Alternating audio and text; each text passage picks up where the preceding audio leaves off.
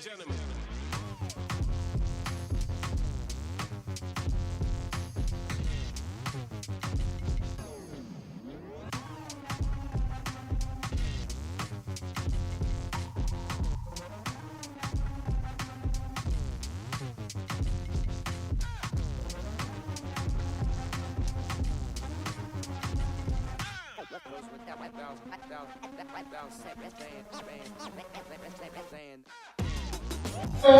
How's everyone doing today? Pretty good. We doing a mental check right now. Y'all doing all right? To mental health, we get a lot of calls for mental health issues, and there's not one particular type of person. It's just, it ranges from everything. But in the same sense, the way you guys call 911 for any kind of emergency, you can still call 911 for any kind of mental health issue. There's also another line, 988. That one's a little more helpful. They can get someone to come out to you, speak to you. Community officer next door as well. So we're always looking to help people, outside of, regular 911 type of call. So I think what you guys are doing is great. Welcome you guys to Bellswood. Thank you for having me. Thank you. Good afternoon. How's everyone doing today? We doing a mental check right now. Y'all doing all right? All right. Listen, I am so excited when I got the call to come out here and to host the Mental Health Summit, because all month I have a talk show. My name is Derrick Durrell Dixon, and I have a talk show talking with 3D Live, and I have been talking to a lot of men and women about mental health, because I think it's so important that we are aware of what mental health looks like.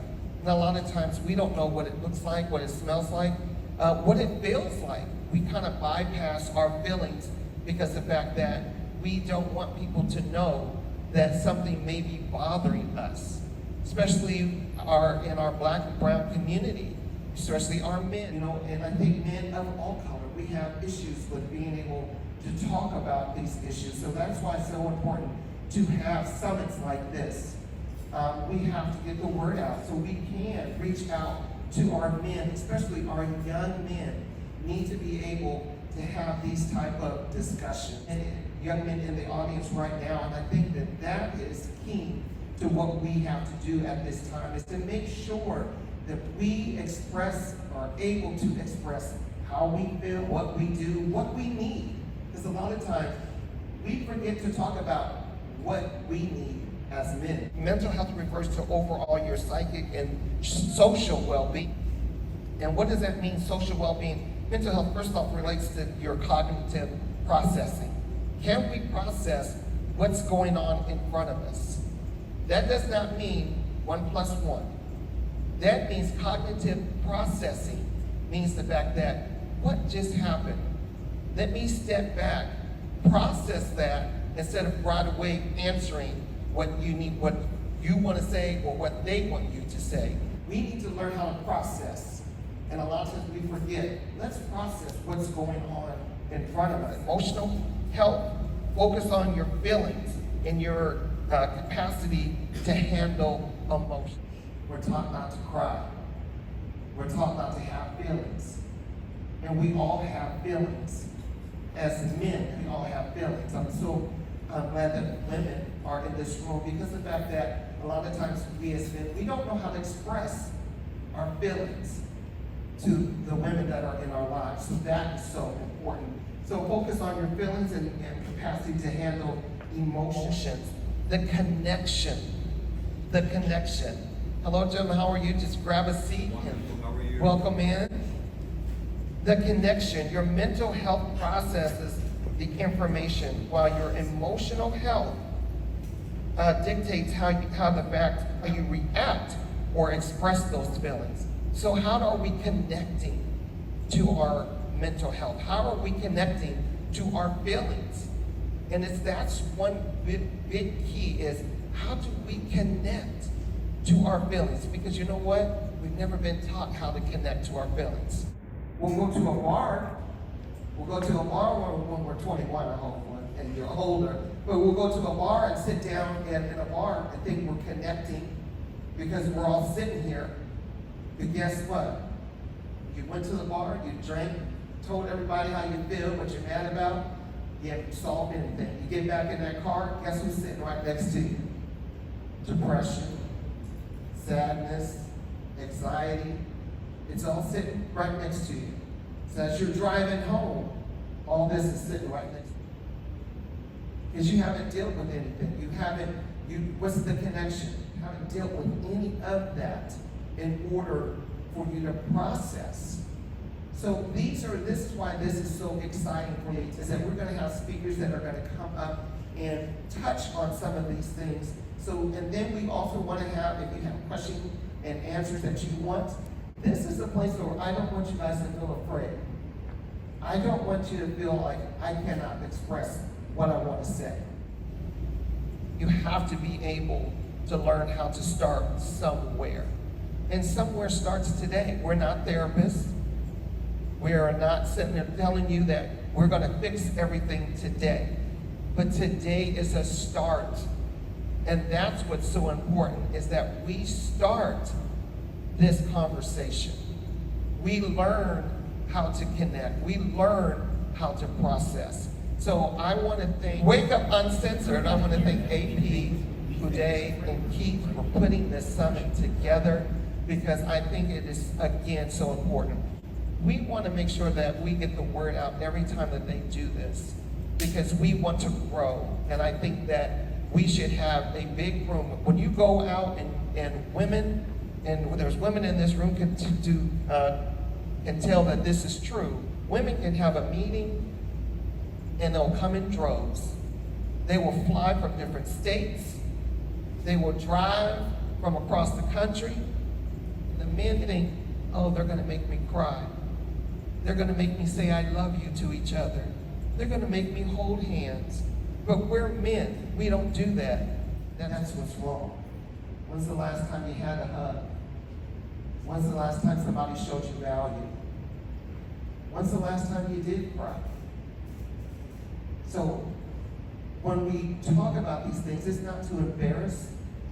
It is not to make you less of a man.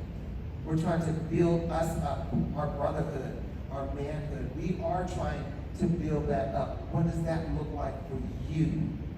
Each and every one of you. What does that look like? It doesn't look the same for me. It doesn't look the same for you. So we have to learn how to learn how to show our feelings. Doesn't mean you don't have to fall out on this floor and cry.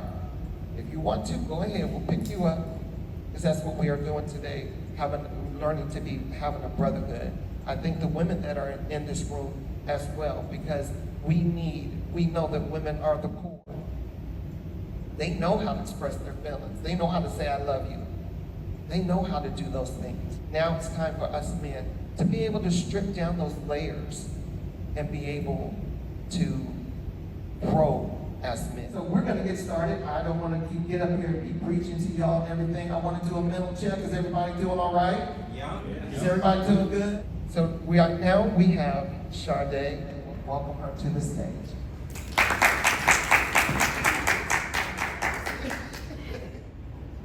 Hello, I'm Sade Tanisha. Those that don't know me, I am a hyphen. What that means is I do a lot of stuff. I was your Miss Maryland 2025 United World.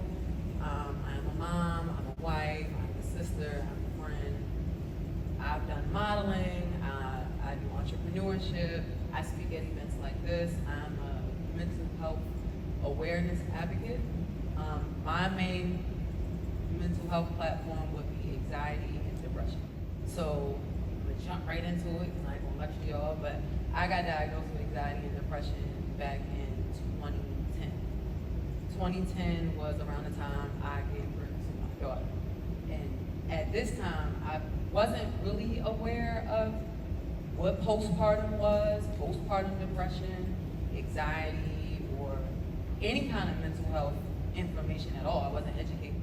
So at the time, I was experiencing symptoms of postpartum depression.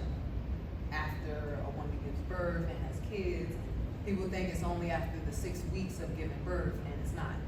Once women have kids, our hormones are everywhere, everything in our body is rewired So we're really not the same after having kids. So that could last for up to a year, 2 years, 3 years, 4 years. So imagine navigating or trying to navigate through that and not educated, unaware. You're talking to your doctor about your issues, and the first thing you want to do is say, oh, well, take this medicine. You know, medicine is not for everybody. Or, hey, go to therapy. Therapy isn't for everybody. And then our traditional black churches, well, go to church. That's not for everybody. So I had to navigate through my own mental health issues alone at first because no one knew what it was. My doctors knew what it was and wanted to prescribe whatever they wanted to prescribe, and it was literally like a toss-up of experimentation. So going in, I started with medication and therapy, and then by the time it was time for me to have my second child, I couldn't take the medicine. So because it was considered a Class B drug, it would affect the fetus that I was pregnant with. So I had to stop the medicine ASAP, which means I went through withdrawals, which caused other health issues, which caused other mental issues. So really trying to get down to the root of understanding what was going on with me mentally and what was going on with my body physically. Now, this is June, and this is Men's Mental Health Awareness. And I know y'all like, you talking about women's stuff and bodies, and what I'm saying is, the same way I had my journey is the same way you all have yours. No one is not talking to men about mental health. They're not talking to you about mental health when you're a child. They're not talking about mental health as a teenager. Oftentimes, men are being told, don't cry, don't show emotion, don't show feeling, do this, do that, just take it in stride. That is a recipe for disaster. Because as you get older, that stays with you, it builds and it festers into other things. And I'm all for physical health just as well as mental health. And what people don't understand is what manifests in your thought process and in your mental will manifest in your body. So you could think, oh, I'm lifting weights, I'm exercising, I'm drinking water, I'm good. But then out the blue, you start having bladder issues, you start having joint issues, you start having any kind of health issue that you think is not registered to mental health. And society will make you believe, oh no, you just need to drink water, or you just need to take supplements, or you just need to get some rest. No, it's more to it than that. You have to take care of your mental health just as much as your physical health. They have to match. I am a person that has gone through that myself. In the past 2 years, I had to learn how to walk again. I had bladder issues. I had headaches every day. I had issues where my fingers and hands would lose feeling. And every specialist told me the same thing. Oh, it's stress. And me being me, I'm like, well, what does that mean? I mean, I drink my water, I go to sleep. They're like, yeah, but you're not dealing with your issues. See, when I first went through postpartum depression, I was in therapy for 10 years straight. 10 years. So that's 10 years of unpacking any kind of abuse, any kind of issues that I was holding in and not dealing with on the outside as well as the inside. I've been sexually assaulted. I have been in domestic violence relationships. So me burying it, thinking like, oh, I'll be fine, it wasn't okay. And having kids, it's like you don't want to pass that down to your children. Or you don't want to have these issues that manifest to physical issues when you get older. Because in your 20s, you feel like you can do anything. When you get to them 30s and them 40s, them knees ain't what they used to be. So I'm here to explain to people your mental health is just as important as your physical health. And it starts with like the littlest things. The conversation I just had the other day, the biggest thing I had to learn after turning 30, please set boundaries for yourself. Boundaries, set boundaries. I don't care who it is, I don't care what it is, set boundaries. Just because someone has the title of being your friend, your mother, your father, co-worker, friends, that don't mean you have to say yes to everything that they do. That don't mean you have to volunteer yourself. And that doesn't mean that you can't say no. That's a part of setting boundaries. I have learned so much about myself and the people that I thought were my friends by setting boundaries. The people that were real authentic and real friends, they understood. The ones that didn't, they fell off.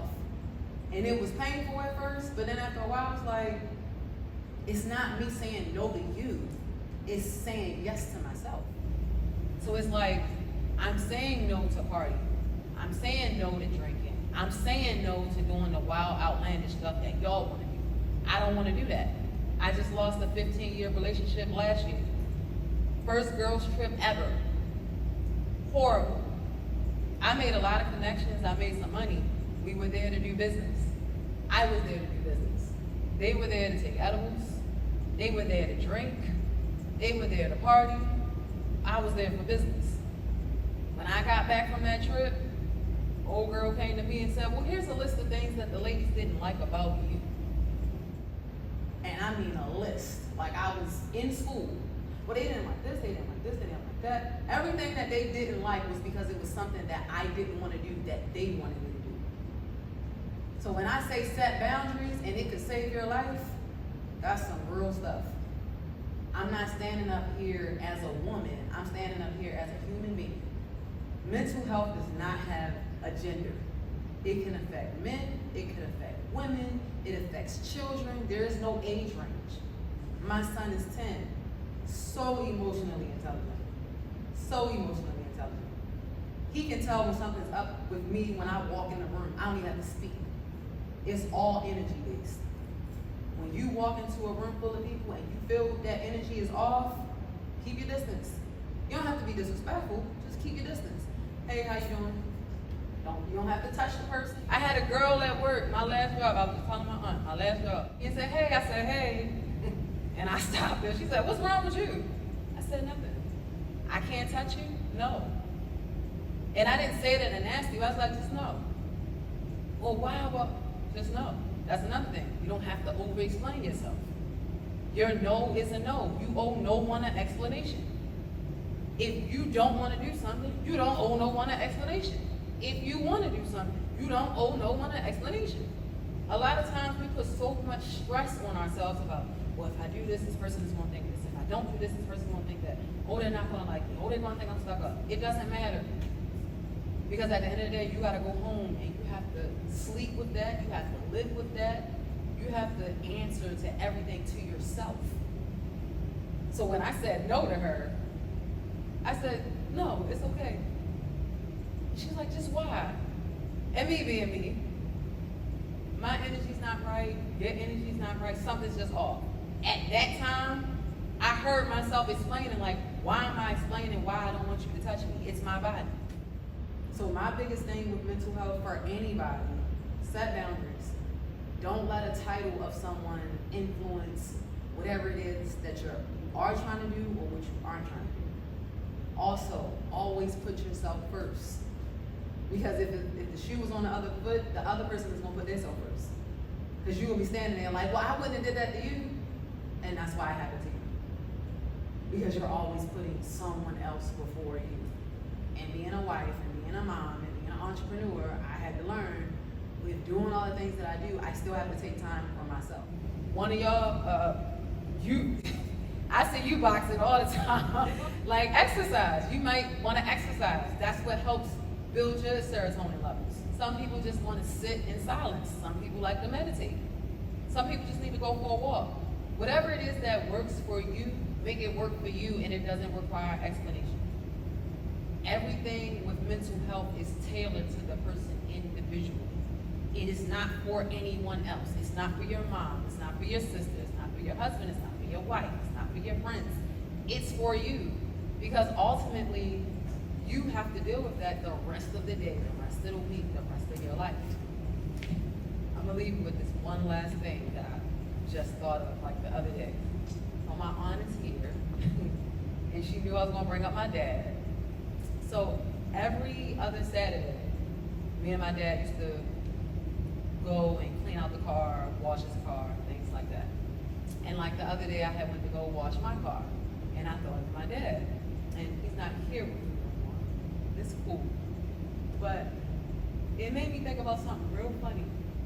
He used to wash his car like to the nines. I mean, like the rims is shining, the the outside is perfect. He did the wax. I mean, he went in. And the same amount of energy that he went in on the outside of the car, he did the inside of the car. I mean, he detailed his cars like he worked at a dealership. Am I lying? So he was a car person. And when I was cleaning out the inside of my car, I'm a person that likes scents. I like good smells. It puts me in a good energy space. And I started thinking about, like, I really don't care about how this car look on the outside. I really don't. And I thought about my dad washing his car, putting the detail into it. Like, he took pride in everything that he did. And when I started cleaning the inside of the car, it was metaphorical for me. We do so much work on the outside to make sure we look good, we sound good, we doing all these things on the outside. But what we doing on the inside? Because you could look at a car on the outside and be like, oh man, they got some pretty rims, they got some nice tints, that car is everything. But then how does it feel when you get inside and it's trash everywhere? It smells like a dumpster. You got bugs, roaches. Is that car still as beautiful as you thought? Do you still want to ride in it? So it's like at that point, you know you don't. So it's like the maintenance that you have to put on the outside, you still have to put on the inside. So as nice as you look on the outside, if your energy is off, if your mental health isn't there, this is the vehicle you have every day. So what justice is having a nice looking vehicle if on the inside it's not matching the outside? I know I feel the best when I'm doing everything I'm supposed to do to take care of myself. That's how I can tell when I'm not taking care of myself. Because you got some people that just run on fumes. They just physically here. You see them here, they interact, they say hello, they seem like they're self, but they're really just a ghost. They just navigating through the day-to-day to get by the day-to-day, not really taking the time to enjoy it. My father always taught me about mindfulness, be mindful. And I never knew what that meant as a kid. And then once I got older and he passed, I was like, I get it. I really get it. Be mindful of everything. Everything you touch, everything you hear, everything you smell. Enjoy every experience and be mindful. Because you only get one life. Do you really want to spend your whole life saying, I should have did this, I should have did that. Oh, I gotta make this person happy, I gotta make this person proud. What are you doing for you? Are you taking the necessary time? Are you getting your rest? Are you saying no? Are you setting the boundaries? That's what it's all gonna be tailored down to. Because I know I look my best when I feel my best. I don't care if I ain't get a haircut, I don't care if my nails not done. If I feel like $1,000 on the inside, it ain't no stopping from anything else, inside or out. You can't bring me down, you can't make me upset, you can't stop any of my blessings, it's not gonna work. But when you don't take care of yourself, as Derrick said, what we do? Go to the bar, we light a blind, and after we fuss and whine and complain, and the ladies twerk off a little bit, after all that, we still go back home and it's the same issue. We still upset, we still mad, we still not dealing with whatever issues. So it's like, when do we start to deal with the issues? It has to start with you, and you have to do it for you. You can't do it because, oh, my wife wants me to. Oh, my friends want me to. No, you have to want to do it because you want it for yourself. And I tell everybody, everybody's journey is different. Somebody might need medicine, and that's fine. Somebody else might need therapy, and that's fine. Somebody else might find relief in their religion, going to the temple, going to church. That's their outlet. As long as you have an outlet that is comfortable and trustworthy for you. I would never tell anybody just go anywhere that you don't feel comfortable. Even finding a therapist.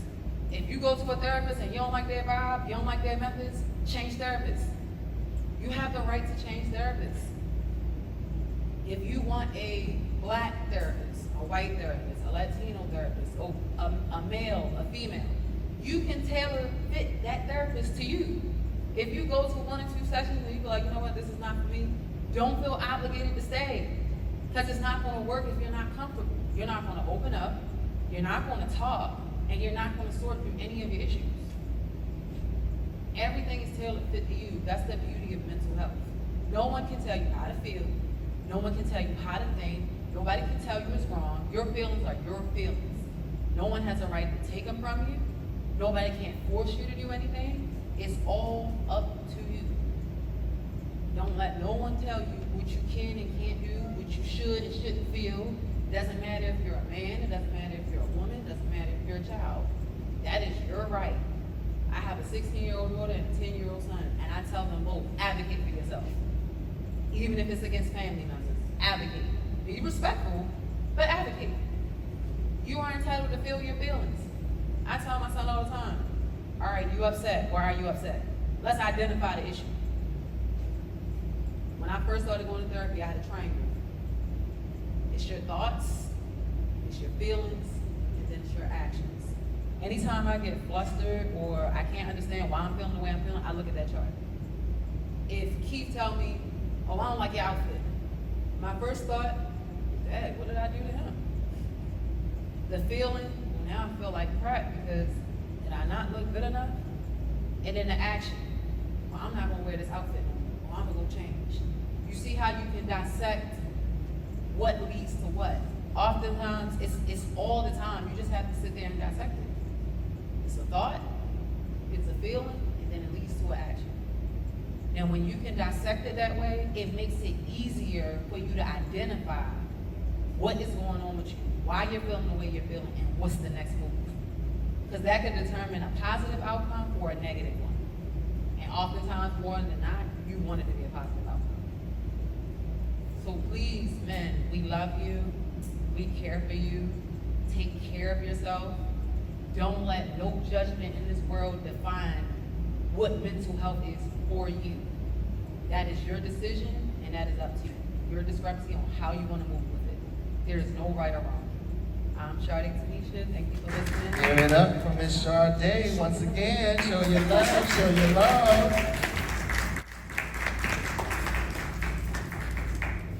Listen, I just want to, a couple people that are in the audience right now, and just raise your hand. What brought you here today? I'm going to ask the gentleman right here in front of me. Stand up, give everybody your name, and tell everyone what brought you here today. Hello everyone, my name is Derrick Durrell.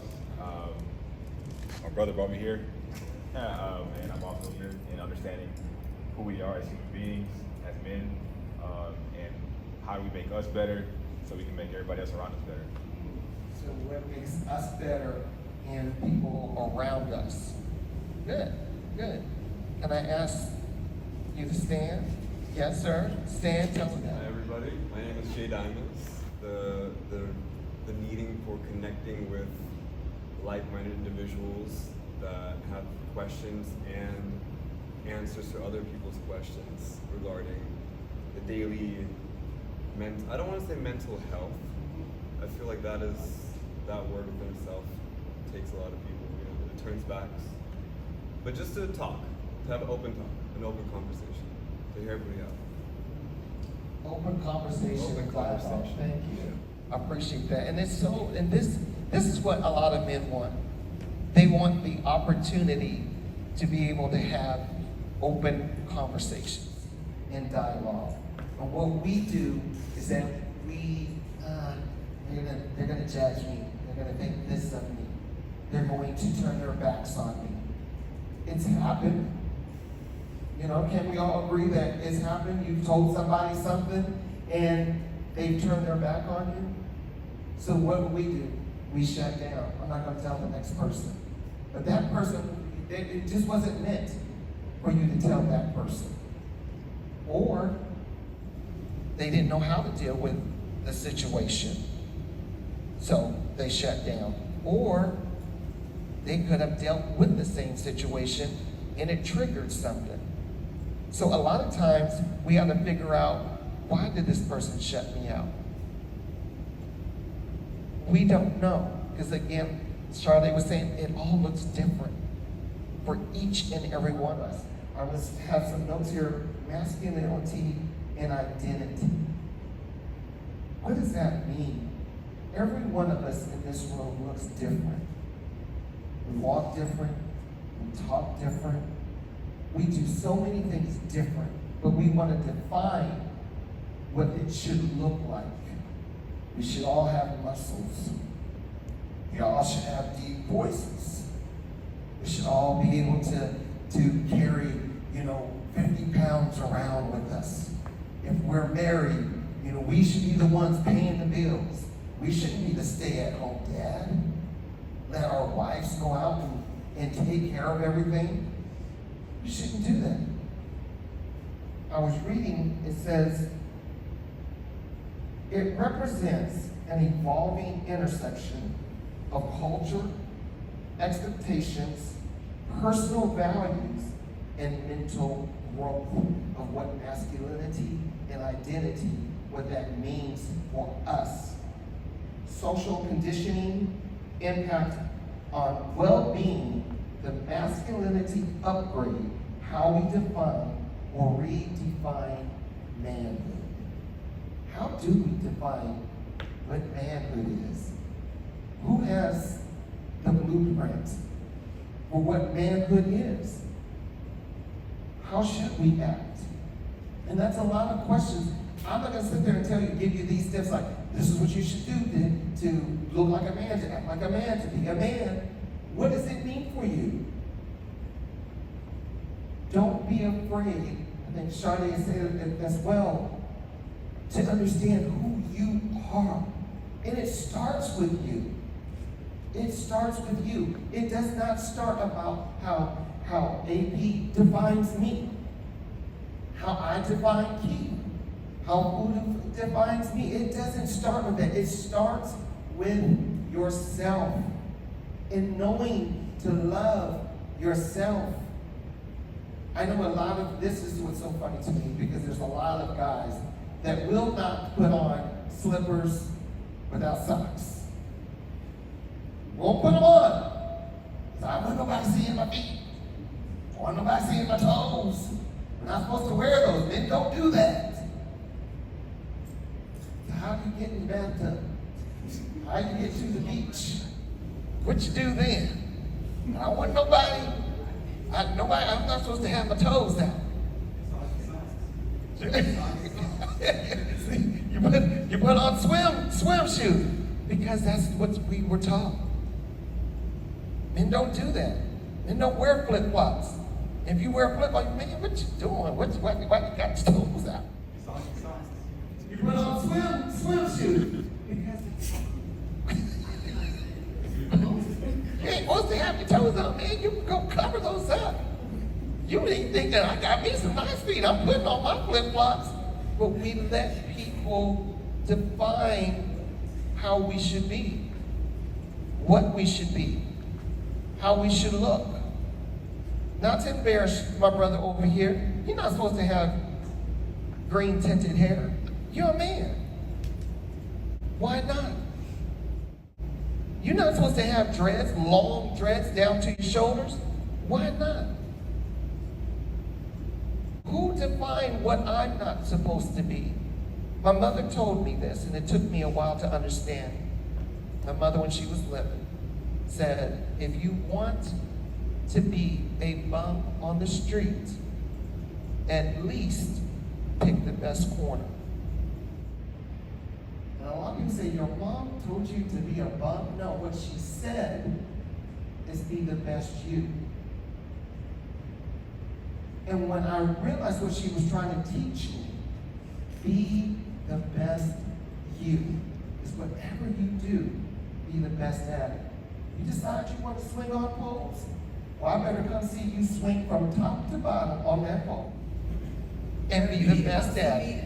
Because that's what you chose. That's what you chose.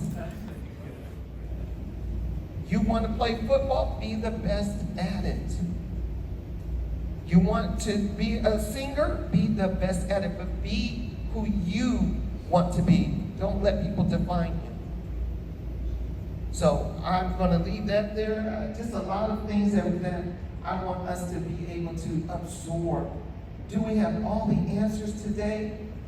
We may not, but it starts with this type of dialogue. Before Jay comes up, I just want everybody to stand up. Everybody stand up. And you have to go to, you don't have to sit next to him right now, but you're going to stand up. You're going to go to at least 3 people. Introduce yourself while Jay is coming up here, and go.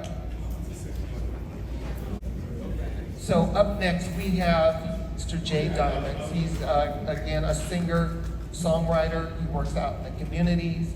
He does so much to influence others. And he is here to speak with us today. So everyone, please give it up for Mr. Jay Diamondz. How are we all doing today? Real good. Good. No, like really, how are we?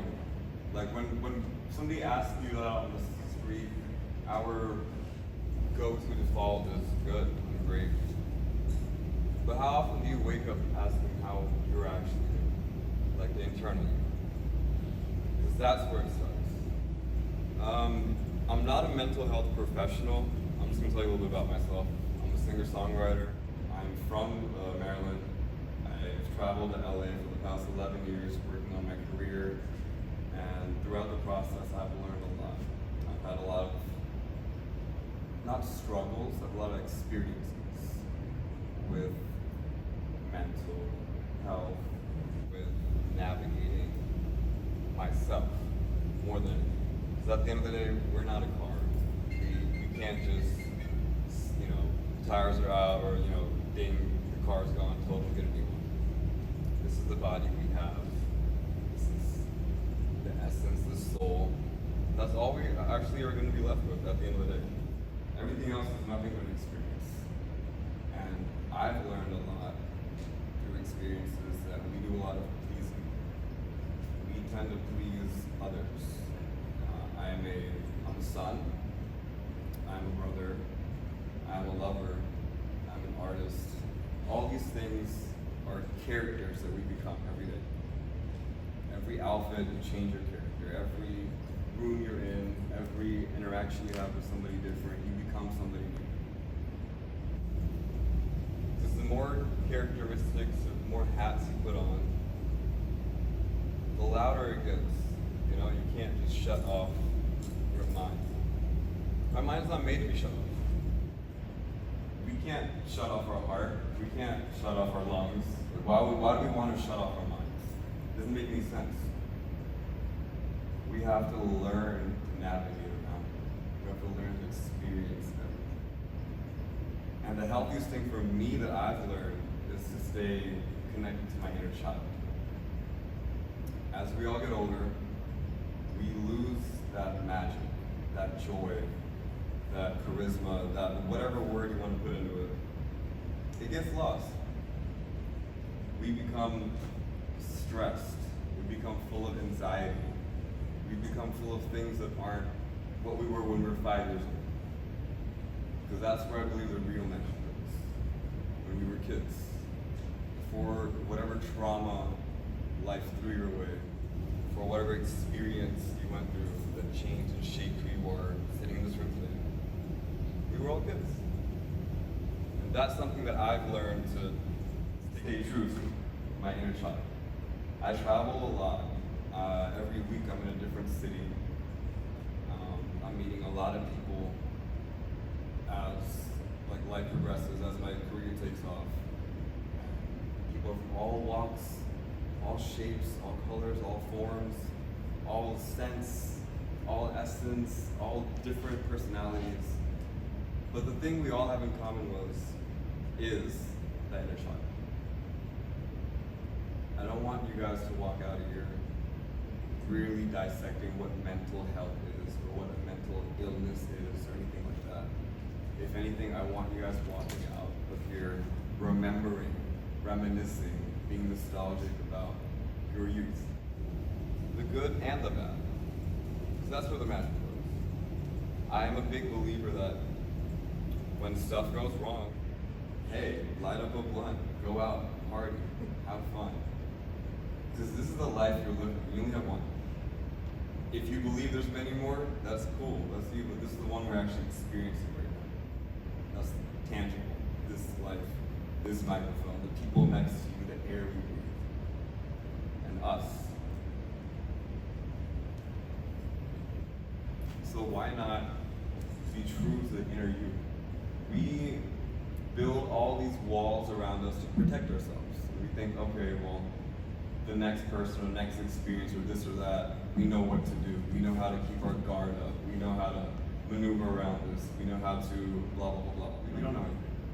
This is the first time we're all here experiencing this. And the best way to do it is just to be free in the moment. Yes, take care of your physical health as well. Drink water, get sunlight, all that fun stuff. But the main thing is internal. And the anxieties, the identifying this and that, all that fun stuff, that's secondary. The primary thing is inside. So next time somebody asks you, how are you feeling or how are you? Good, it's cool. Say that. But really think about how you're actually doing. Go home, think about what you want to change. Because at the end of the day, you are manifesting every single thing. You wanted to be here, so you're here. Something about you drew you to be here, so you're here. You got up, got in the car, got an Uber, got on a train, got on a donkey, took a friend, whatever, however you got here. You came here. You manifested this. And you can do a million and plus things. But it all starts with you. So every day you wake up with a clean slate. Every day you wake up and acknowledge the inner child. Keep him alive, keep her alive. That's something I feel that people don't talk about, especially men. Men, we have this playbook that is internal that as we get older, as you hit your 20s, you hit your 30s, your 40s, your 50s, and so on, we should have everything together. That's just, what society has told us. As a man, you should have everything together at a certain age or at a certain time in your life. Who wrote that? Where is that playbook? Like, where is it? Who wrote it? It's not tangible. It's something society has just put in our heads. And I want to change that. I know everybody has somebody younger around them, that inner child within them. Keep those messages around. That, hey, you don't need a playbook. You can grow up with crazy colored hair and still be like, playful. That's the inner child. You can grow up with this and that, but as long as you're growing up knowing that it's okay and there's going to be so many experiences, just stay true to your inner self.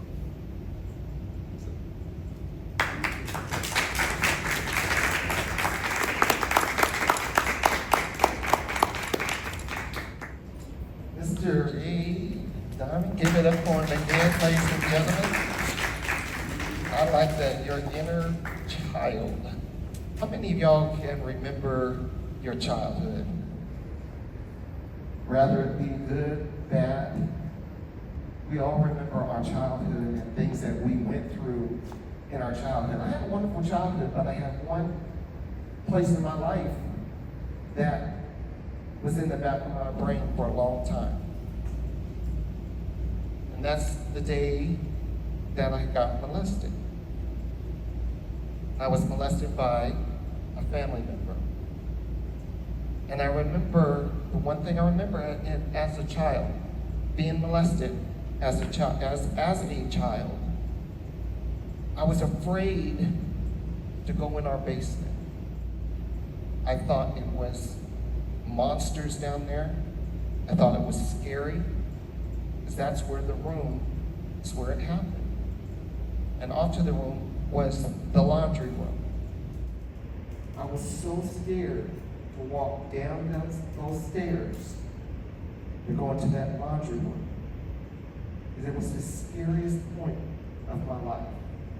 And I grew up hating men. I could not understand why I should have a relationship with any man if they could do this to me. I lost my trust. I lost my faith. of being around a group of men because I held on to that. And a lot of times we wonder, how do we let go? And I went for the apology. I went to the person that molested me. And they told me, I don't remember that. That devastated me more. That you hurt me that much and you don't remember anything about it. And I acknowledged that when I was in my 30s, my late 30s.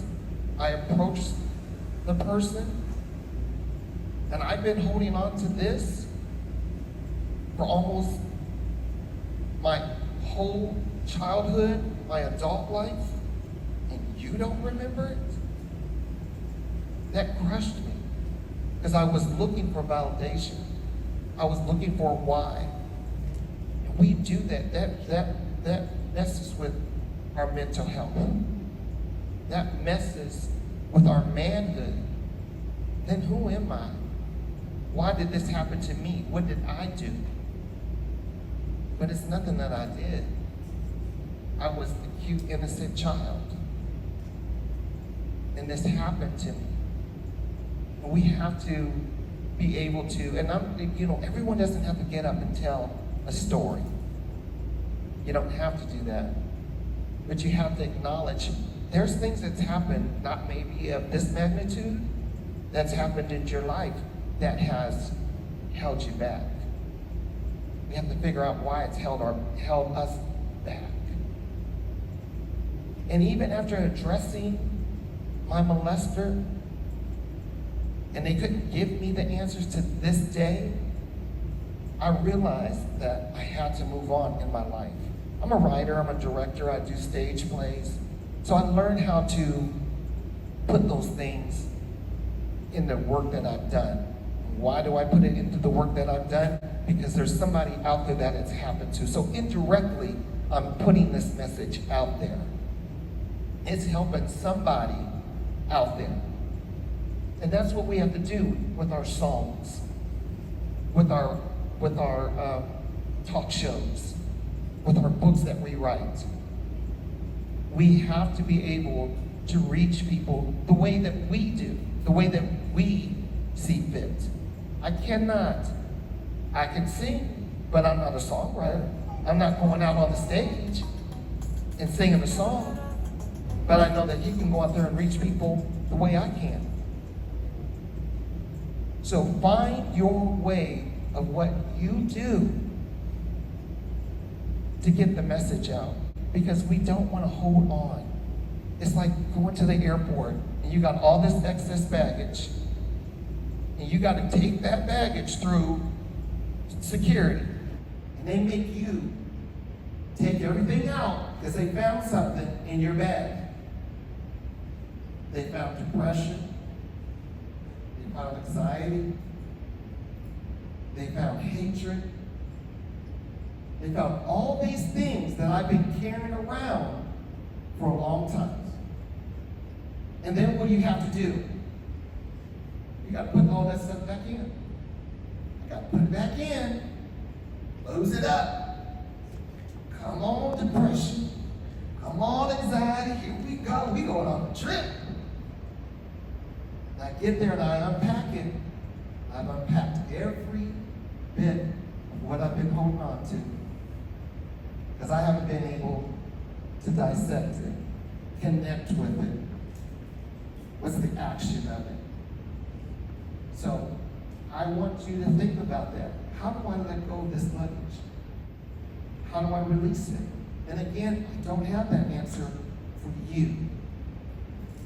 You have to figure that out for self. It's called self-worth and self-love.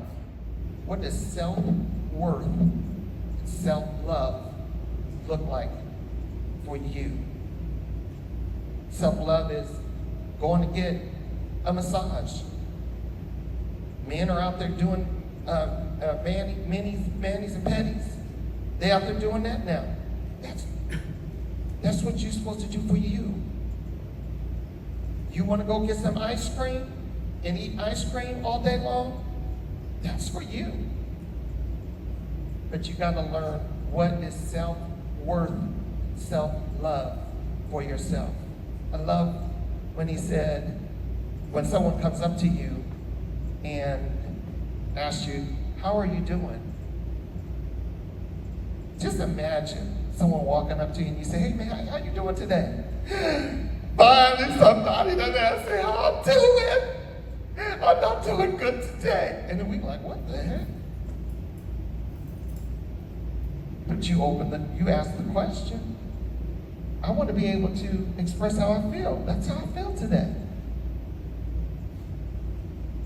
We have to learn how to tell the truth about how we feel. Maybe not to that extreme, but be real.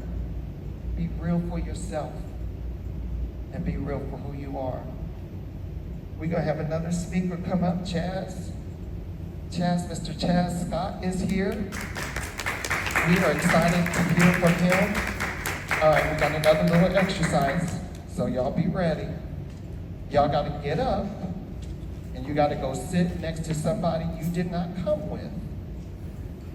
And 5, 4, 3, find someone you didn't come with, sit next to them.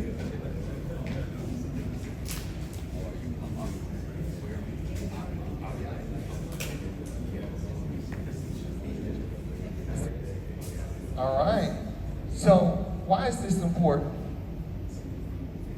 Because again, you never know someone else's story. Now, you're not going to be sitting there and telling them all your business. But being uncomfortable could be the most comfortable thing for you. And you never know what the person next to you needed at that time. They may need someone, just someone different to talk to be around. And that person could be you right now. So right now, we're going to bring up Mr. Chazz Scott. Give him a big hand. How many of you know how to take care of everyone else and have a struggle taking care of yourself?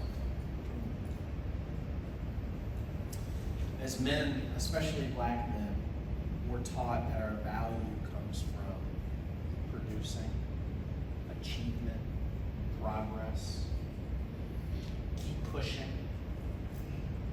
We almost learn that our value comes from what we do and not who we are.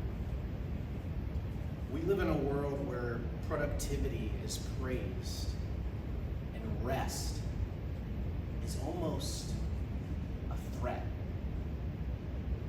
Where rest is almost questioned. Where rest is almost like a threat to our nervous system. For most of my life, I've felt as if I was doing, achieving, producing, that I would be fulfilled and happy. I would find value. I went to school at Hampton University, studied computer science, went ahead and got my master's after that. Had just graduated, got my first job here in the Washington, D.C. area, working in cyber defense, building a nonprofit on the side. Had an hour-and-a-half long commute. For those of you who live in the DMV, I'm sure you know how that works. And it was during that time where I had a steady job. I looked successful on paper. I had the car, I had the nice apartment, but inside I was breaking. The 90-minute commute didn't help. I was working harder professionally, but you know what was interesting? My inner life wasn't getting any better. I tried to cover up the things that I knew I needed to do for myself with working harder professionally and pouring into others without pouring into myself.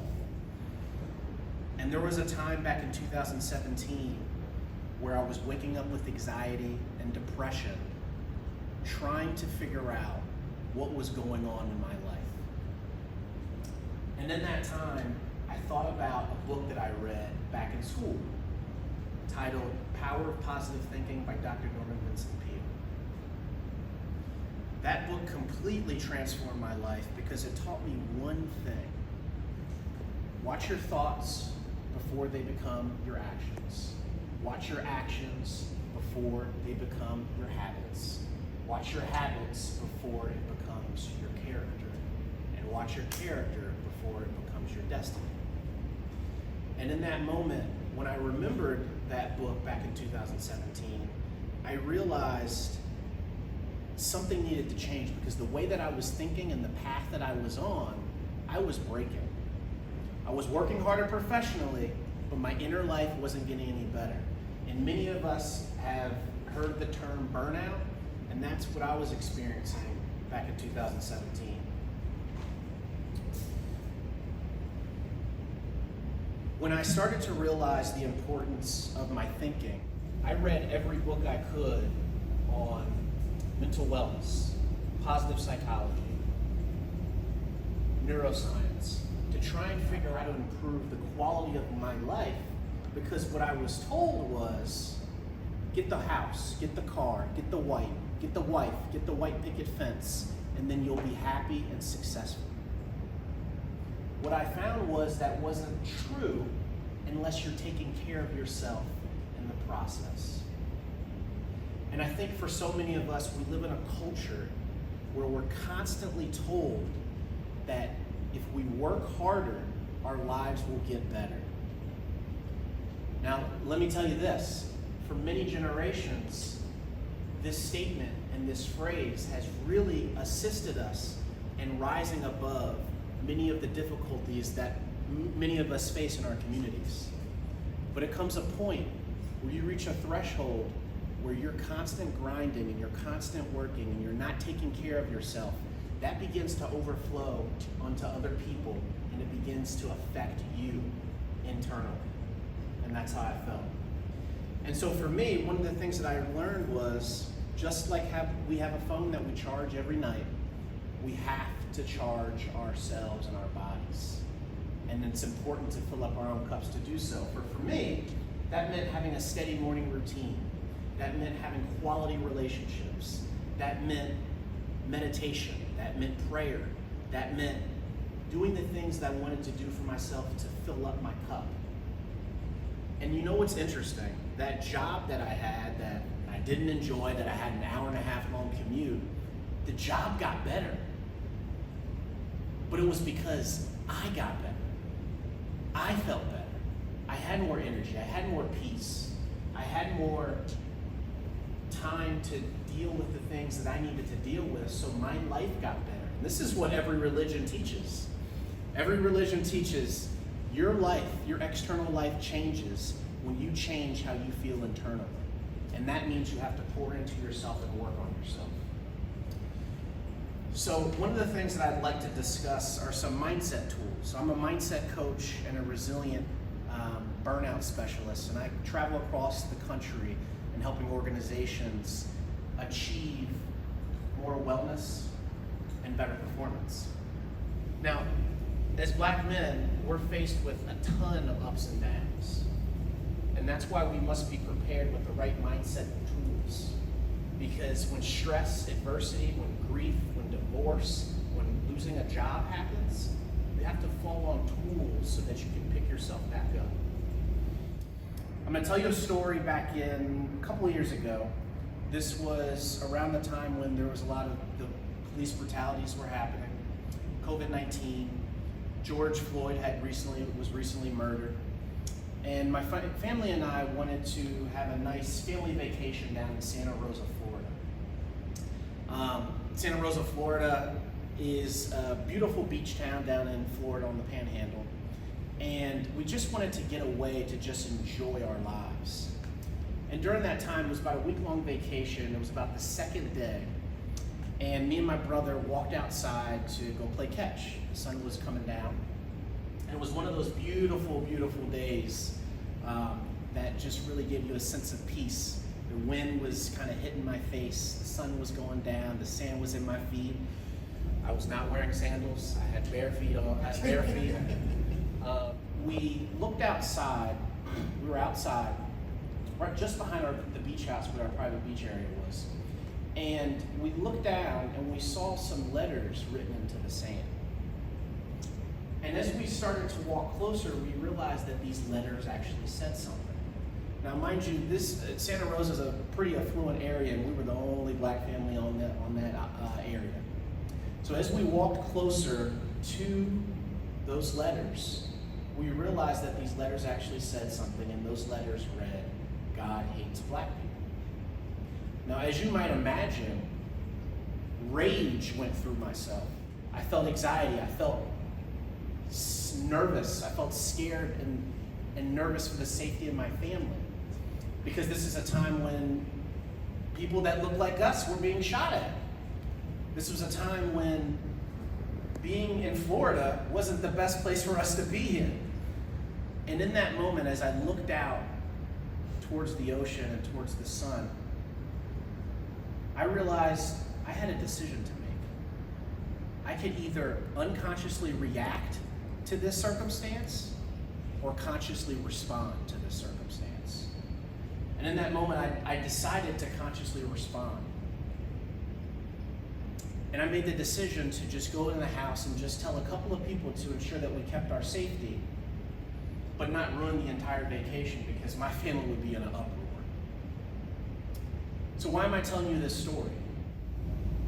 Because there are times in life where things are going to happen to us that we don't like. People are going to say some nasty things to us, especially as black people and black men. We're going to have grief. We're going to have loss. We're going to have divorce. You're going to lose a job. Somebody's going to say something to you that you just don't like. But in those moments, you can either respond or react. And there is space between stimulus and response. And in that space lies your freedom and your growth to overcome life's adversities and circumstances. So I'll leave you with this. It's really important to be mindful of how circumstances affect us and having a mindset of consciously responding to life as opposed to unconsciously reacting. I'm reminded of what William James once said. He's a famous psychologist. He said, "The greatest weapon against stress is the ability to choose one thought over the other." The greatest weapon against stress is the ability to choose one thought over the other.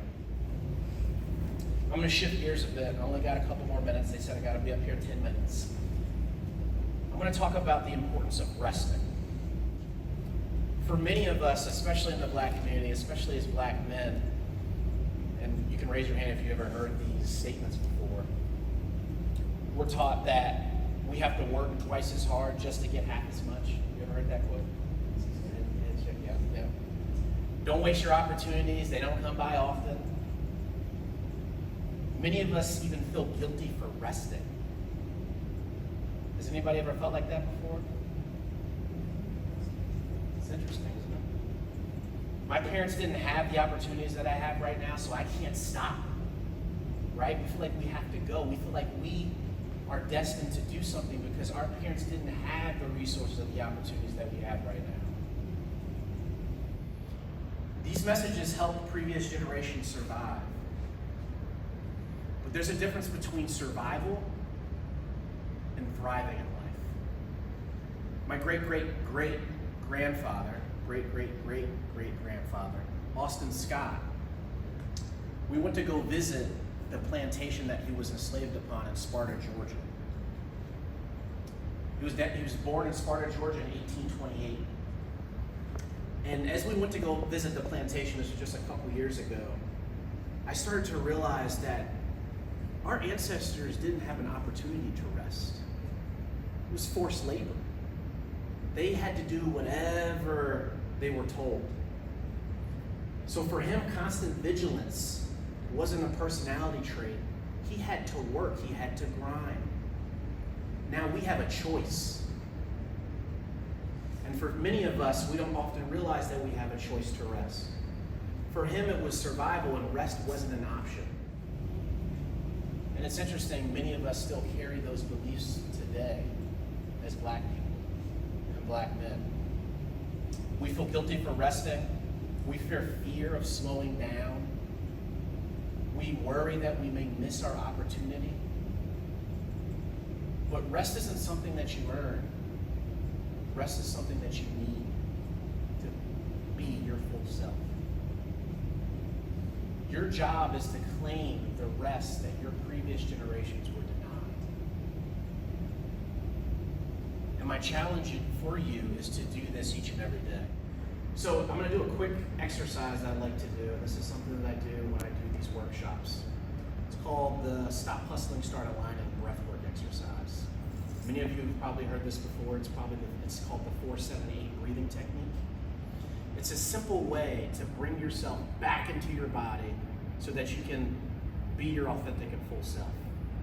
So when you're stressed, when you're filled with anxiety, you got to do a presentation like this, and I'm nervous on stage, you do a quick breathwork exercise that puts you in a state of coherence, and you feel more peaceful, you feel more joyful, and you're able to show up for yourself. So really quickly, 2 feet on the floor. If you feel comfortable, you can close your eyes. I want you to breathe in for 4 seconds. 1, 2, 3, 4. Hold your breath for 7. 1, 2, 3, 4, 5, 6, 7. And I want you to let your breath go for 8. 1, 2, 3, 4, 5, 6, 7, 8. We're gonna do that one more time. I want you to breathe in for 4 seconds. 1, 2, 3, 4. I want you to hold your breath for 7. 1, 2, 3, 4, 5, 6, 7. And I want you to exhale for 8. 1, 2, 3, 4, 5, 6, 7, 8. Open your eyes when you feel comfortable. How'd that feel? Lightheaded. What else? Like a reset. Anybody else? Refreshing, yeah. The point behind this is when you're stressed, when you're fearful, when you have anxiety, one of the simplest ways to connect with yourself is your breath. And Moses had the nerve to ask God what his name is. God was gracious enough to answer, and the name he gave is recorded in the original Hebrew as YHWH. Over time, we have added an A and an E in there to get Yahweh. Probably because we have a preference for vowels. But scholars and rabbis have noted that the letters YHWH represent breathing sounds or aspirated consonants. When pronounced without intervening vowels, it actually sounds like breathing. YH for inhale and WH for exhaling. So a baby's first cry, his first breath, speaks the name of God. A deep sigh calls his name, or a groan or gasp that is too heavy for mere words. Even an atheist would speak his name, unaware that their very breath is giving that constant acknowledgement to God. Likewise, a person, when they leave this earth with their very last breath, when God's name is no longer filling their lungs. So when I can't utter anything else, my cry is calling out his name. Being alive means that I am speaking his name constantly. Is it heard the loudest when I'm the quietest? In sadness, we breathe heavy sighs. And we lose sight of that when we're stressed, when we're not feeling well. And that is a quick breathwork exercise to bring you back into a state of coherence for yourself so that you can be your best self. So my challenge to you as I sort of finish up here is, what are you going to do daily to fill up your cup? Because the strongest man in the room isn't the one who can carry the most. It's the one who can fill up their cup so they can abundantly pour into others. And if you're not pouring into yourself, you can't pour into anybody else. Because what? Because guess what? You deplete yourself in the process. Rest is your birthright. Please take care of yourself, man. We're here with you. My challenge to you is to do something daily to fill up your cup. If you're interested in any of the breathwork techniques or anything that might want to contribute to your life from a mental health standpoint, I have my book in the back titled Success Starts Within, Achieve Your Potential Through Radical Self-Care. These are simple practices to begin to fill up your cup daily so that you can abundantly pour into others, so that you can feel better, look better, do better, and be your authentic self. So I'll be in the back if you're interested. Thank you. Mr. Chazz Scott, good job. Please make sure you stop back and check out Scott. Good job. Please make sure you stop back and check out his book. We are going to move on. Malik is here with us, our next guest speaker, Malik Miller. Please give him a big hand. You guys, how you doing? Everybody doing all right? Everybody doing all right? Malik Miller is here. Thank you for Malik. How y'all doing? My name is Malik Miller. I'm a former graduate of Oregon State University. Played basketball there as well. But for me, I think today, my brother invited me to come and talk to you guys and everything. I feel like for me, the biggest thing is to, how can I say this? So don't let anyone define who you are. You know, growing up, I was always put in a bottle of be an athlete or there's nothing else in life to be. And I think I kind of took that and just molded myself into how everyone saw me. And as I got older, I kind of understand different things in life, how to like move forward in life, do other things. Another thing that kind of like mentally taught me a lot was having a daughter in college. Very uncommon, but you know, life happens. And I think that taught me a lot. You know, I had to mature fast. I was 20 years old, 21 years old, electrical engineering major. So I'm having school, class, my daughter. It was a big hurdle for me to jump. I think, but I pushed through well. You know, I had a great support system. My brother, my family, my coaches, teammates also helped me a little bit. I just think in life you gotta keep going. You know, keep pushing, and you can't let nothing define who you are. You know, a lot of people, it's crazy. After I had my kid, a lot of people said that my basketball career is over. I should focus on something, like get a job, help support her. And they was right to a certain point, you know, but I think my coaches played a big role in just helping me figure it out. You know, I was a scared kid, didn't know how my future looked or what was like ahead of me. So I kind of just put my head down, grinded the books, did what I can for my daughter, and just pushed through. My senior year, crazy, my senior year played at Howard. I don't know if you know Howard University. Played at Howard, tore my ACL, meniscus. Not really sure why this happened to me at the moment, but it's like I just gotta trust God, keep my faith, and know that something bigger gonna come out of it. So that's just how I look at each day. Senior guard Malik Miller is currently out of the season with an ACL injury. So I was going to Foday up, came down. I didn't step on nobody's ankle or anything. I just came down wrong, and my knee just buckled. He is nursing his knee back to health at home, which is why fans have not seen him sitting courtside.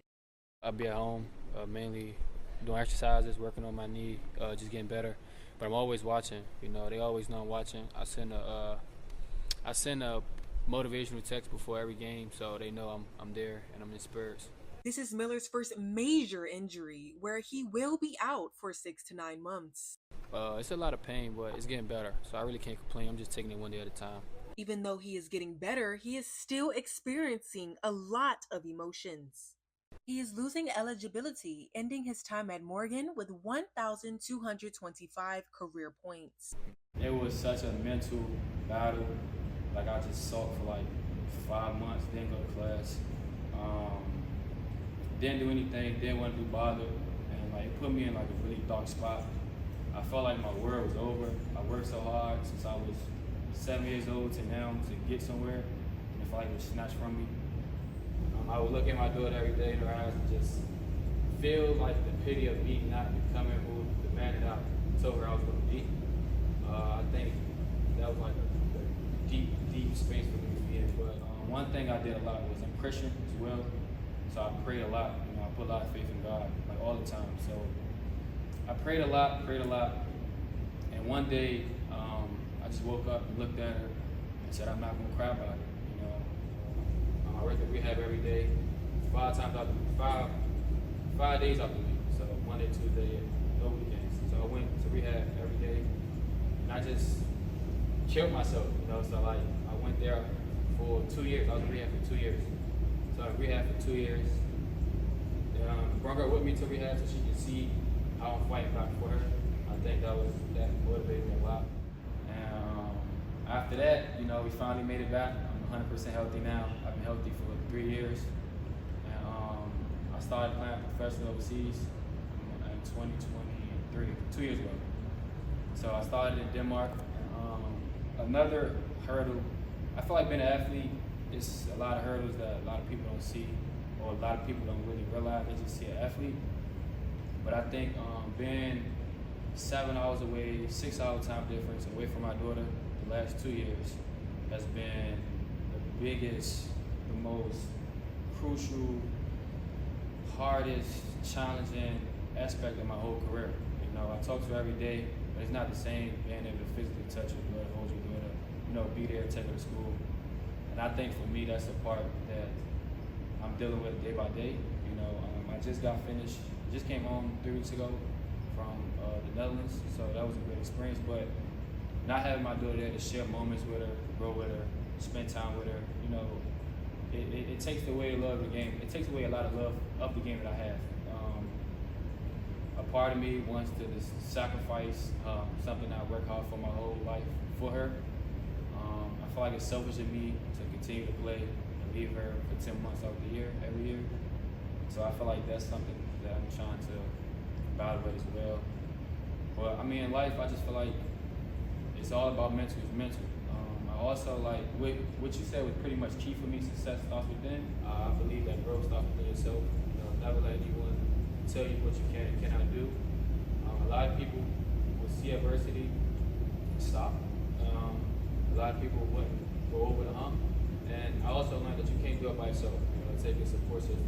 No matter if you believe it or not, I thought I could do it by myself, but you can't do it by yourself. So I feel like having that support system, it's okay to call someone you're close to, if you need a shoulder to lean on someone. It's okay to cry sometimes too. I shed a lot of tears in that period of my life. So I feel like it's okay to cry if you need to. Just be vulnerable sometimes. I feel like in life you gotta be vulnerable. It's okay to be vulnerable in the society that we're in now. It's not, I would say, common in the man's eye to be vulnerable and cry, but I feel like that's growth in who you are as a man. If you, as a man, if you feel comfortable crying, you cry. There's nothing wrong with that. I did that a lot. I did it a whole lot. So I feel like you just gotta be ready to fight whatever the world throw at you, whatever life throw at you. And I think for me, it's just seeing this group right here in front of me.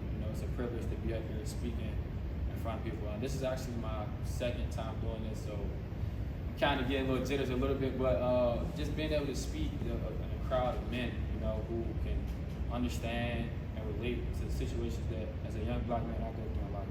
It's really, huge for me. Learning from my brother, learning from people that's in my life. Having a father in and out your life, it's a lot of reasons for you to quit, if you have a reason to quit. But I feel like you always got to turn that reason to quit into like a positive. There's always a positive. God never give you more than you can handle, and that's something that's like in my notes that I look at every day. He never gives you nothing that you can't handle. So whatever he's giving you, he's trying to build you up to become a better person, a stronger person, a more well-rounded person. And I feel like you gotta look at that and just know that it's for the greater good. Other than that, I would say, I think that's been my mental hurdles in life. That's been my mental battles and what I had to overcome. Everything I've done, the person that I am. I really want to shout out to my brother. I'm getting emotional a little bit, but he's really the person I look up to all the time. I watched him bust his tail through college, work every day, just fight. A lot of people just see you because you don't cry about it, but when you're fighting alone and you're fighting in silence, it's hard to see. I watched my brother fight in silence, not say a word, and that helped me to become just a strong man that I am. I wouldn't be here without my brother, without my family, especially without my brother. I don't think he even knows how much he means to me, but mentally it's just like, I love him so much that without him it would be harder, for me to be where I'm today.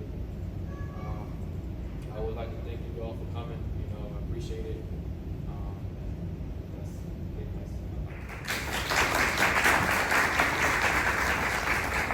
Yeah. So I just want to touch on some things. We're not going to, because we want to hear from Wake Up Uncensored, as they are all in the house. Keith, AP, and Foday are here, so as they make their way up to the stage, as you make your way up, there we go. But I just want to touch on some things as they are coming up, some things that we won't go into detail, but a lot of things that I want us to be aware of. How do we handle grief and healing? How does that work for you? Again, you have to define how grief and healing work, because we all go through it. Fatherhood is such a big thing, fatherhood, because we allow others to define what fatherhood should look like for us. A great father is an emotional, available role model who balances unconditional love and consistent boundaries. What Sade was talking about earlier, we still have to have our boundaries. So not letting let others define what fatherhood means to us in community. Doing things like this, getting out in our community and being able to have dialogue. It doesn't have to be something that's wrong with you. Just getting together and having dialogue. Love and relationships. What does love and relationships look like for you? Again, not letting others define that for you. Breaking the stigma and seeking support. Therapy is not a bad thing. Therapy is something that we all should be able to go through. And again, Sade said it earlier, you can't let somebody, if you're going through therapy, you have to make sure that it's the right person for you. It has to be the person for you. If they're not meeting your needs, you need to find a new therapist. But therapy is not a bad thing. Don't mean that something's wrong with you. It's just that you need to find somebody that you're able to have a conversation with. So you have to do the research and you have to do the work. My therapist may not work for your needs. Okay? So you have to make sure. So I am excited to bring up these three men. I have been following them for quite a long time. They allowed me to come on their show. They allowed me to host today. So I give them a lot of applause for doing and putting this together. It is hard to put together summits and forums and meetings. It is very hard. And my thing is that I want to see this grow, because they are doing a great thing for not just men, but for the community. So please, you guys, give it up for Wake Up Uncensored. We have Keith, AP, and Foday are here. Welcome. Hey y'all. Hey. Welcome to our first annual, at this point, summit. I'll start us off for the team and say that it's been an honor, a privilege, and so much more to see the abundance of community that has come together in agreement. Like you were saying, Diamondz, we all chose to be here today. I'm Keith C, and a bit about myself and my story, and then I'll let my brothers also go in and say some things too. But just the last 6 months, it's been very tough for me personally as an entertainer. Modeling, acting, so many other avenues, but it was this internal work in this season that really needed to get done by myself. I've experienced death and transition in the last 6 months, being hit by a dump truck in my car by the last 6 months, having to relocate my home in the last 6 months, more on and on and on. But just throughout my life, I've been held at gunpoint twice in my career. It's a lot of things that happen that you don't know behind the scenes. And all of that is what made me who I am today, though. Because I watch how my community starves for, whether it's love or support, community. We're starving. As men, we're starving. As people, we're starving. Women, we're starving. And with this summit today, so very crucial and important. What Chazz was saying earlier today, I follow that. Mind thy thoughts, mind thy actions. Like you said as well, Malik. Every day that you wake up, you attempt to be your very best version, whether it's for you, which is very important, or if it's for someone else. My brothers came and said, let's put something together for our community. And I said, all right, this last 6 months have been tough for me personally, but I'm gonna step out. Let's do it. What do we need? What do we need done? Because that's what I'm about. There was a time in my life where I did say, rest is the enemy. I'll sleep when I die. How many of you have said that? How many of you have thought that? I'll rest when I die. But that's eternal rest. That's good and all well. That's good. I'll get there. But what am I doing now? Because those days and those nights that I have not rested, that I went out and I worked hard for everybody else. When I went home to myself, exhausted and depleted, the phone calls don't stop, the emails don't stop. Life does not stop. But how does it start for me is what's important. In these last 6 months up until today, and then my brother's helping me celebrate my birthday 2 days ago, it's like, I didn't even remember what time of day it was anymore. Because I've been in the dark for so long, out of the public for 6 months. To me, that's a long time in my career. It's like, no, I'm used to New York Fashion Week, that on and on and on, and movies and training. And to have one of my students here, yes, Caleb, yes, because we go back to Barbizon. When I was teaching, and I was telling them it's very real deal Holyfield. No is a complete sentence, Sade. Thank you for that. I had to tell them that because there were times in my career where I showed up somewhere unsavory, independent, without representation, but checking all of my boxes, and it still reared its ugly head. Either fight or flight. You're by yourself. You're at some strange location, but I said, you know what? When I become teacher, when I am instructor, when that time comes, I'll let them know. Not only no is a complete sentence, but what about the safety portion? The things that I wasn't really taught or shown. Just show up, go to the auditions, go to the casting calls. What about eating? Nourishing thyself. That's something I had a problem with too. Well, when do you get time to eat, Keith? You're on the road constantly. Every single day for 8 hours, 16 hours, you're on set. When are you taking care of thyself? So that is why, to me, this day is so important, because I'm getting to truly see men and women realize the same thing.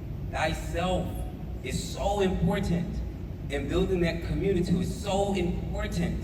And that is what we are here to do. That is what we are here to experience and to be. Yes, we may be man and we may be woman in this form, yet we are still human. We are still capable of so much more. And at that time where those unsavory characters attempted to tell you what God does and does not do, that is so very low, but yet that shows you where the mind state is. And that shows you why you specifically are important and valuable. That shows me why I am specifically valued and important. That shows me why coming together in this day, why we're all important, because each and every one of you can send a different message, and each and every one of you will touch on somebody different in ways that I may not. But I am here to share and shed light on my rendition of what mental health in the experience, as you said, Diamondz, is in itself. But that is my mission. I am here to empower my community, whether it is through entertainment, because that is my specialty. Everything else, I'll go ahead and hit on, but entertainment is my specialty. I teach children, I teach adults, does not matter, but the lesson is the same. What are you doing for thyself?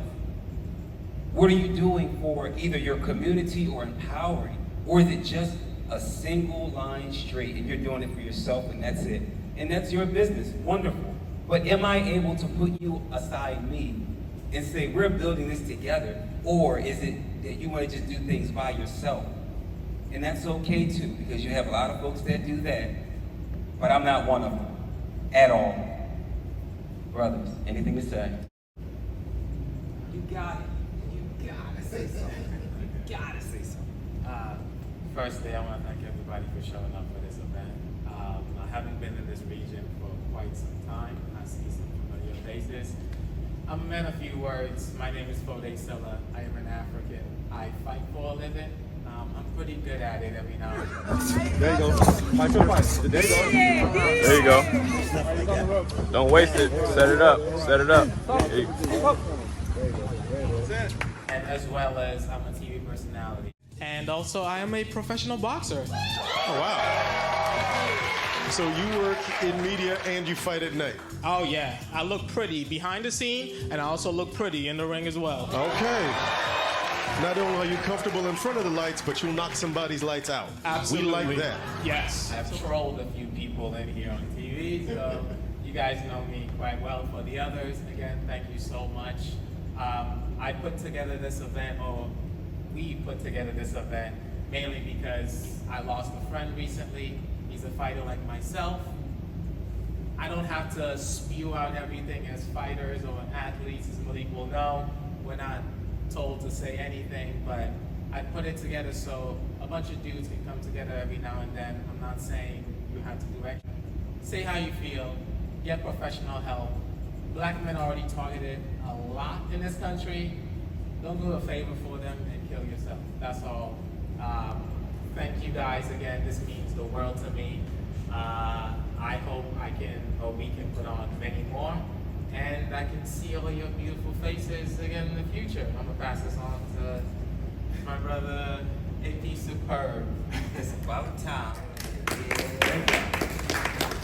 First and foremost, I want to say thank you to each and every one of you in the audience just for taking the time to come. I don't have a speech, and I'm trying to hold myself together because as a black man, that is it's a challenge to be black first and foremost, but to be a black man is something that I don't think anyone that isn't a black man could ever understand. So for me, most of my life, I've been told that, you have to man up, that, you're too soft, you're not masculine enough. And the one takeaway that I learned from that, I realized I learned yesterday. Marissa Mitchell asked me a question on a talk show. Here, tell me one thing that you've learned about yourself since starting this podcast that you didn't know previously.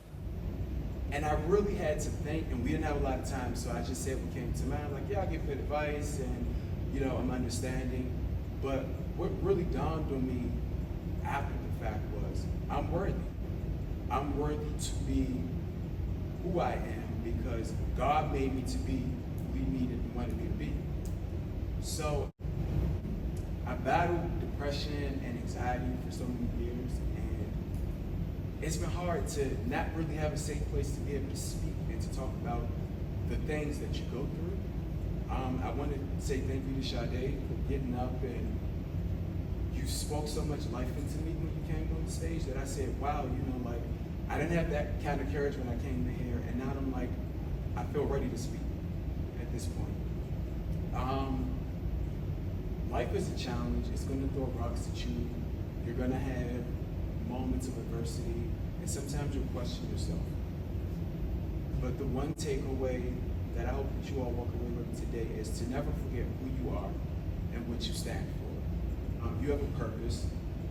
Don't ever allow anybody to dictate who or what you should become. Just trust yourself. Trust the process. Trust who you're becoming so that you'll understand where you're at. I had so many people that said to me when we were putting the summit together, nobody is gonna come, don't do it.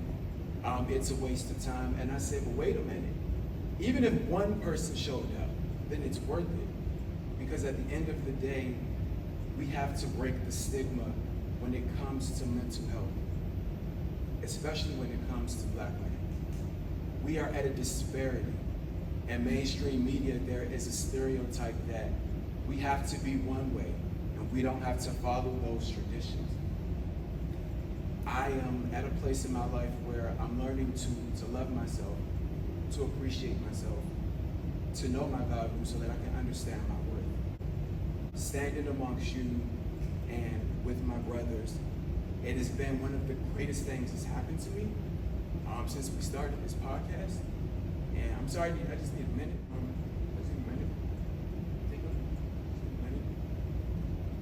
because I didn't talk heavy. When we started the podcast, I was in a really bad place in life. I was in a deep, dark place in life.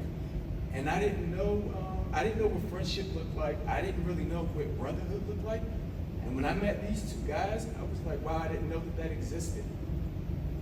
I didn't know that there was people that were like-minded, that had stories that they wanted to tell, that others needed to hear. So for me, it's about community. It's about growth, evolution, but to love yourself first and foremost. Put yourself first. And when you feel as though you're in a dark place, it's okay to call others. It's okay to cry. It's okay to be vulnerable. And it's okay to seek help. And however that looks for you, you don't have to do it alone. So the mission will continue because it has to. I don't want to take up too much of your time, but I just want to say from the bottom of my heart, thank you all so much for coming. You guys could have been anywhere else, but you decided to come here. And for that, I'm grateful. Let's continue to love one another, empower one another, and to do our part within the community, just to make the community a better place as a whole. If I could leave you guys with just one final saying before as we exit the stage. Don't be anything other than exactly who you are. And continue the journey. Wishing you guys peace, love, and light.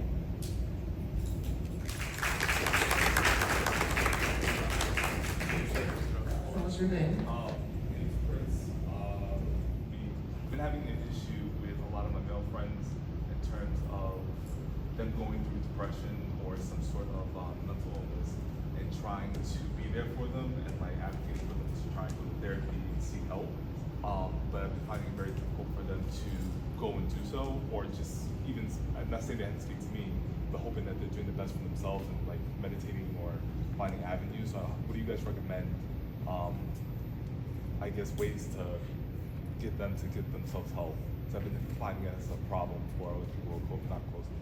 I would personally say some people are settled on what they are willing to do and what they aren't willing to do. So in situations like that, you can't really push the envelope too much because it's too much pressure. So you gotta remember, even though they're your friend, that area is a foreign space to them. So anything that is foreign to us, the first thing we do is we put a wall up. So you would kind of really have to like give him that space, but still let them know that you're giving them that support, but just really baby step it and really hear out what could be something that's beneficial to help them. Because I have friends that are like totally against therapy, and I have some friends that are totally against the church, but then they might be open to going to a convention. They might be open to coming to spaces like this. They might be open to going out to a social circle of just them and other people, their circle of friends or close family members. So I would say it's tailored to that person. So this would be a process if you're their friend. It would be a process of really like studying them and knowing what's going to be a comfortable space, and then like baby stepping. Try to throw them all the way into it. Now it's looking like you're just pushing on them what you would do, and it's not from your perspective; it's from theirs. So you have to start in a space of what's going to be a subtle way for them to start opening up to be vulnerable. So if that person likes to listen to music, just vibe out and listen to music with them. That person likes to go out and be outside, exercise. If that person is like, you know what, I just want to talk and I don't want you to answer or respond, I don't need your judgment, I just want you to listen. They might just need a listening ear. So it's all tailored to learning to what is going to work for them specifically. I'm just saying a couple words, and I can speak to this personally. So I have a friend that I haven't spoken to for about a year now. We think as a friend group he might be going through depression and anxiety. And what I've seen over time, this is exactly what she said, is you can't push anybody.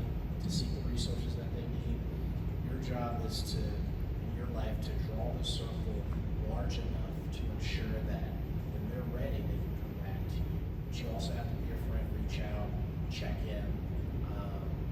You don't want to close anybody off, but you want to draw the circle big enough in your life to ensure that you're present and you're there as a friend, as a human being. You try to push somebody into working on themselves or even therapy, they'll turn it around and throw it back against you because their soul isn't ready. A human soul has to be ready to seek help, and you can't push anybody. And it's a process too. So if you're the friend, I'm sorry. No, I'm joking. If you're the friend, just understand it's just a process. It's a patience process. So it can be long-winded. It can be frustrating, but you gotta try and not let the frustration get to you, because then it could come in between the friendship or the relationship. So just really be patient with how they're gonna open up. And then that's the other thing. Once they get to a point of opening up, that vulnerability, it looks different for everyone. So the tiniest thing for them might be a huge thing, but it might look like the tiniest thing for you. So even it's small for them, it's a huge baby step for them at the same time. So certain information they might not feel comfortable disclosing, and then they might trust you enough to disclose it. But don't look at it like, oh, why didn't you tell me this before? Like, now you're making it about you. So like, it's about them. So they have to take whatever steps and just be there and give the encouragement when needed. Like, you don't have to give them a pat on the back, like, great, you talked to me today. Like, no, don't, that's kind of condescending. But, you know, if they share something with you and it's very vulnerable, say, you know what, I know that took a lot to say that. Or, you know, like, I'm proud of you for coming forward and, you know, sharing this moment with me, or something like that. Just to give them that encouragement, to let them know, like, hey, it's okay, but also to reassure that they're doing something, going in the right direction, like that positive reinforcement. So. My name is Jared. I'm a relationship coach in the district, and particularly I had a question for everyone. One thing I'm witnessing every single day, unfortunately, is young men having a hard time just being seen and heard by just the public. I mean, what social institution do you think we could bring back or refine that could build mannerisms between, you know, the idea of showing up in public, and not that someone owes you some level of understanding, but just be able to have healthy touch points with complete strangers? You know, a lot of people are comfortable with talking to like a complete stranger. Some other people feel like complete strangers wouldn't understand where they're coming from or their point of view on how they feel at that moment. But I would say, I feel like more summits like this would be very beneficial for young men to come together, you know, just to listen. You know, sometimes we just want to sit, crowd, listen, and not want to say a word, but just taking all the information. For my age group, I feel like that would be very key to have more. I mean, you don't really have that many mental health summits like that, honestly. I feel like, and if we can do more of these, I think that can bring out a whole bunch of young men who will be willing to open up and learn different things and different, you know, ways to cope with situations, or ways to release their stress or how they feel, you know, without feeling like they're being judged, or without feeling like they have pressure to, you know, be some kind of way that they aren't. You know, I think that would be very big for us. I really like the question. First off, I want to start off and say that I feel like for the past, like 2 hours or so, we've all had a lot of good things to say. But one thing that I haven't heard anybody say is touch on social media and how big of an impact it actually plays on our mental health and the mannerisms we condition ourselves to have. Going out and talking to anybody, man, woman, this, that, friend, child, isn't etiquette. And I feel like we're losing that day by day, minute by minute actually, the more we're stuck and glued to the screen in front of us. So one of the biggest things I would say is to be as organic as possible. And situations like this, you know, events like this obviously are really good. We all face to face in the same group. But I feel like that's something we all need to start doing more. stepping away from social media, chatting as much, and actually picking up the phone and talking again. Because talking is an etiquette in itself. You know, we can sit and read, we can type really fast, you know, auto scroll, you know, autocorrect, all that fun stuff. But actually talking and speaking out loud, you're processing in real time what you're thinking and trying to say. That's an etiquette in itself. And so the more we do that, the better it is for our mental health and for us to sort of go back to like the inner child I was saying. You know, not trying to go in circles or anything, but when we were kids, we literally just go up to anybody. Like, hey, what's up? You know, like sort of like touching them, this and that, and just being kids and being fun. Why don't we do that anymore? I'm not saying go up to them and start touching them. I'm saying why? Sade gonna be no. I'm saying why don't we go? Like, what is like cause that like mental blockage that we can't go up to somebody they're not approachable? Like, hey, what's up? We're like, hey, I like your shoes. Like, I remember like all throughout like elementary school, middle school, like, yo, I like your kicks, this and that. Like the conversation starters. We don't do that anymore. Society is within itself just lacking on that. Guy, girl, male, female, it doesn't even matter. I feel like as a whole, it's just like social media has done that to us. So for our own mental health and to keep relationships alive, I feel like we need to be as organic as possible and start talking to anybody on the street. Hey, I like this, I like that, have a good day. When's the last time you were walking by the street, someone just came up to you and said, hey, I hope you have a good day, or complimenting you on something? You're not hitting on them, you're not doing this, you're literally just boosting up another human being. It's like, you know, energy. Like at the end of the day, it's all energy, so pass around good energy and keep that child alive. Please. Don't do that. No, so I see two sides of the coin for what you just said. Okay. And it's not a bad thing. So I think we have an advantage with social media.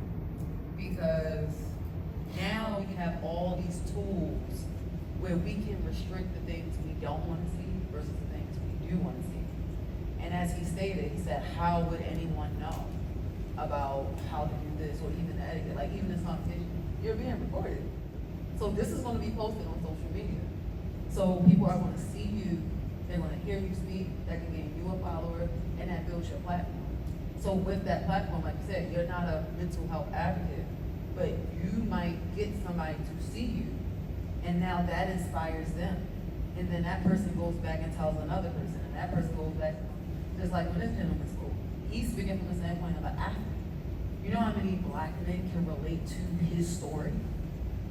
Whether, you tore your ACL, it's a lot of people that can relate to having those injuries in sports. You might be talking to the next young version of you. So it could be a child that's on social media that's 16, 17, we're not gonna act like they 9. And they see your story and they see you speaking like, oh, well, I still can do this, or he did work hard. So with social media, you can build your platform to whatever you want it to be. I found out about a lot of people, a lot of events through Eventbrite, utilize ChatGPT, Instagram. You can build communities online. So now you can be a part of certain people's groups. You got Facebook groups, you got Instagram groups where you could be a part of, what is it called, their channels, or Threads, channels, all that. you got the channels, you got threads, you got close friends. So you could build community and learn about other things from other platforms, other people. And then when you're multifaceted, you attract so many people in the best light. So like my page, a lot of people know me as a cake lady, I do cakes. But then some people know me as a model, I influence. Recently I just shaved my head, or I wear a low cut. I now belong to a bald community. It's so many women that see me in public and say, oh my God, you get it. Or don't you hate when they walk up to you and say this? Now the conversation starts, like you said. But just imagine if they didn't see whatever on social media. Just think if they weren't comfortable. So it's like, I get what you're saying, I do agree, we need to get back to being kind to one another, being able to start the conversation, having the etiquette. But some people don't get a chance to see that, but they can see it on social media. And it starts there. And then it builds a bigger platform. It builds the community for events like this. So today, we might have only had less than 20 people.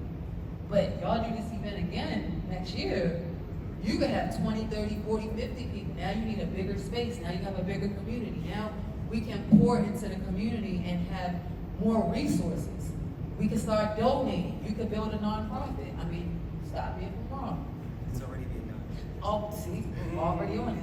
But that builds the platform and the community and to get more positive out there. So if you use social media in the correct form and you start watching what you're watching and how it influences you, it could spread so vastly, so wild. It's like a wildfire.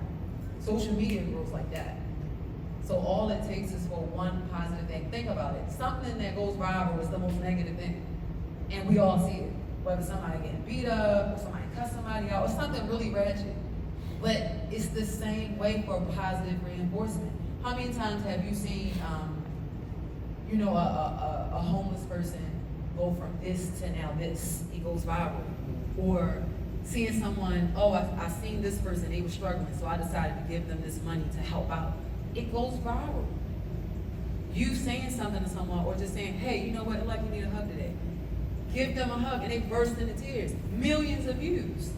It's not just about it advertising. It's showing humanity that these things still exist and they still happen. And it still touches people. People can call it scripted, people can call it what they want. At the end of the day, it still touches you in some kind of way. So it still spreads just as vastly as in person as it does online. Wonderfully said. I'm going to sit right here because I want everyone to understand this is what community looks like. It doesn't look like one color, one shade, one sex. This right here, this is all a community. And if we learn how to work together, learn how to build together, we can have a wonderful community. We're not always going to agree. We just saw it. We're not going to agree. You are free to believe how you believe, to think how you think. It would be a boring world if we walked around here thinking the same way. This was about breaking the stigma, building brotherhood, and prioritizing mental illness. And today, we started something great. And I hope that we continually do something great. So I want to thank each and every one of you, our guest speakers, Wake Up Uncensored, thank them. Let's give them a round of applause. Thank them for putting this together. Because again, this only grows from here. So I appreciate each and every one of you for coming out, allowing me to tell stories for you and to you. Please make sure before we leave, let's check on each other. Let's find out. Ladies and gentlemen.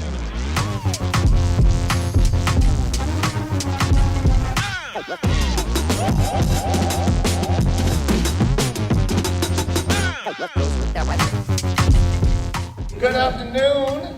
How's everyone doing today? We doing a mental check right now. Y'all doing all right?